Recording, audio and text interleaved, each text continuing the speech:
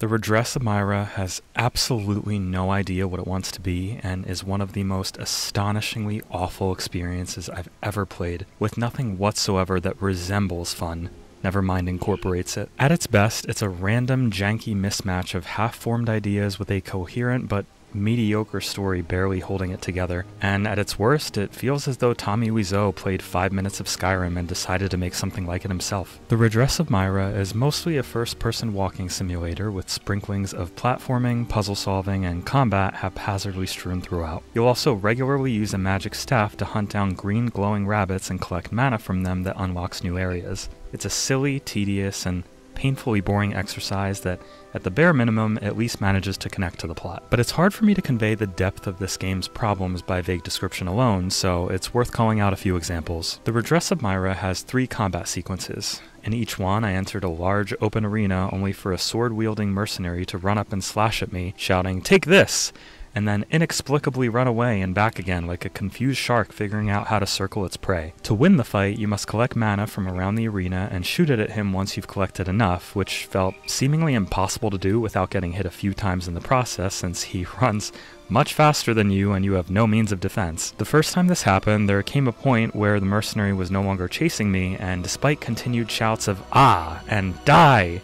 was nowhere to be found until I saw him stuck on a rock slashing at literally nothing. Subsequent sequences play out exactly the same, but give the mercenary more health and require a lot more running around collecting mana. I'm gonna be completely honest, given the speed the mercenary runs at, the amount of mana collection that must be done to take him down, and the fact that a handful of my mana shots went straight through him without dealing damage, I have absolutely no idea how some of these encounters are possible to win without activating the optional God mode from the settings menu, which makes you invincible. For this reason, and the occasional chase sequences that come up, the less said about them, the better. If you absolutely must play this game for the love of your own sanity, please use God mode. Those sequences aren't worth doing once and are certainly not worth doing more than that. Next, here's an example of a puzzle I encountered early in the game. I entered a grassy clearing filled with some old ruins, a randomly placed box to my right, and some climbable vines just out of reach on my distant left. Aside from these things, the area is entirely barren, full of random crevices to explore that include no secrets, lore, or items, just chunky stone textures and jagged blades of grass that often floated in midair for some reason. In order to progress to the next area, I needed to approach the box, press square, and spend almost a minute and a half dragging it section by section through the clearing until it was just under the vines, allowing me to climb up. This is, by the bare minimum technical definition, a puzzle. And while they evolve just a little bit to include thrilling elements such as guess which order to pull these levers in, if you're looking for something to tickle that noggin, you will be severely disappointed. There are plenty more specific sections that made me want to either roll my eyes or gouge them out, but we only have so much time to spare. Even the platforming, or less generously described, occasionally jumping between either stationary or slowly moving inexplicably floating stones to get from point A to point B, is about as fun as it sounds. At last, we have the walking, which encompasses a vast majority of the rest of the game with the exception of reading, I'll get to that shortly, and is similarly mundane and needlessly drawn out. Most walking simulators, which is a genre label I usually find condescendingly reductive, use their runtime to give you snippets of lore to take in and beautiful scenery to look at. In the Redress of Mira's case, there are 2 major problems with this. For one, you're given a choice of 2 movement speeds. By default, you have the privilege to move at the speed of a tortoise with 2 broken legs, or by clicking the left stick or holding L1 as you play, can trot along at a relatively normal pace, or what the game lovingly refers to as a run. For the other problem, virtually none of the game's visuals are anything worth stopping to stare at.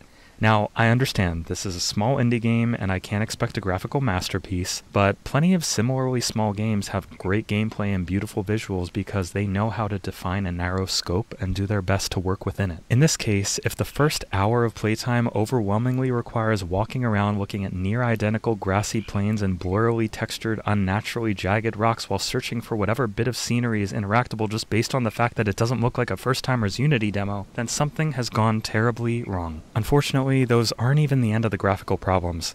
The animations in the Redress of Mira are genuinely, sadly, some of the worst I've ever seen. Mira climbs vines and ladders less naturally than a 90s Chuck E. Cheese animatronic would, and the occasional animals she encounters aren't a whole lot better off, though some are at least passable. Some actions, such as the aforementioned pushing of boxes, don't have an animation associated with them at all, and are just a static image of Mira awkwardly pressing herself against them until the moving is done. These animations, or lack thereof, straddle the line between bad and embarrassing like a drunk tightrope walker, and only add to the game's overall air of slipshod design. Even Mira's character model has issues when the game shifts to third person, with my favorite one being when her red hair becomes just translucent enough to see a bald head underneath.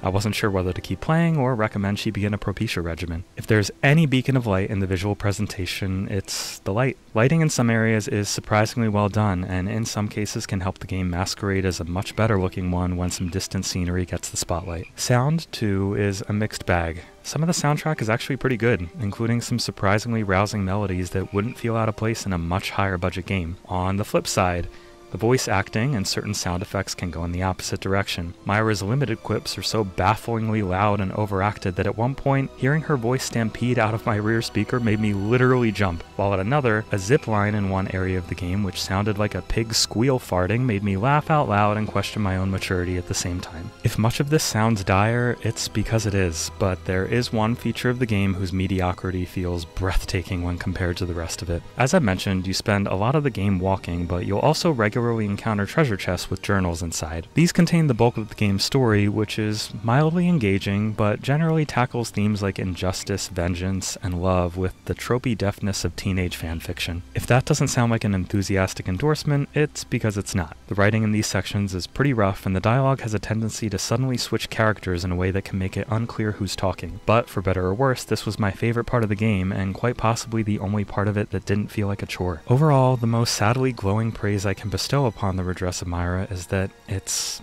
a game. There are controls, there are graphics, there is music, there is gameplay, even if we're stretching the definition of that word to limitations it rarely sees. I was able to complete it from beginning to end without any game-breaking bugs, and it runs at a smooth 60 frames per second on PS5, which, given its janky visuals, is somehow both expected and a bit surprising. But mostly, this is a very, very confused game that can be hard to accuse of failing to accomplish its goals when it's unclear what they were to begin with. Many of its ideas make no sense and are abandoned almost as quickly as they're introduced, such as a glowing blue German shepherd with flashlight eyes, and dream sequences that end with a monster that gives an incredibly stupid jump scare. I promise I'm not making either of those things up. They don't fit the game at all and feel like they were used as an excuse to utilize more assets. And the fact that the game's best element is a set of grammatically questionable reading material that you could have just as easily found posted on a high school classmate's Zanga back in 2005 does nothing to convince me that this is worth being a game at all. Sadly, the Redress of Mira gets my first indie Krampus of 2023.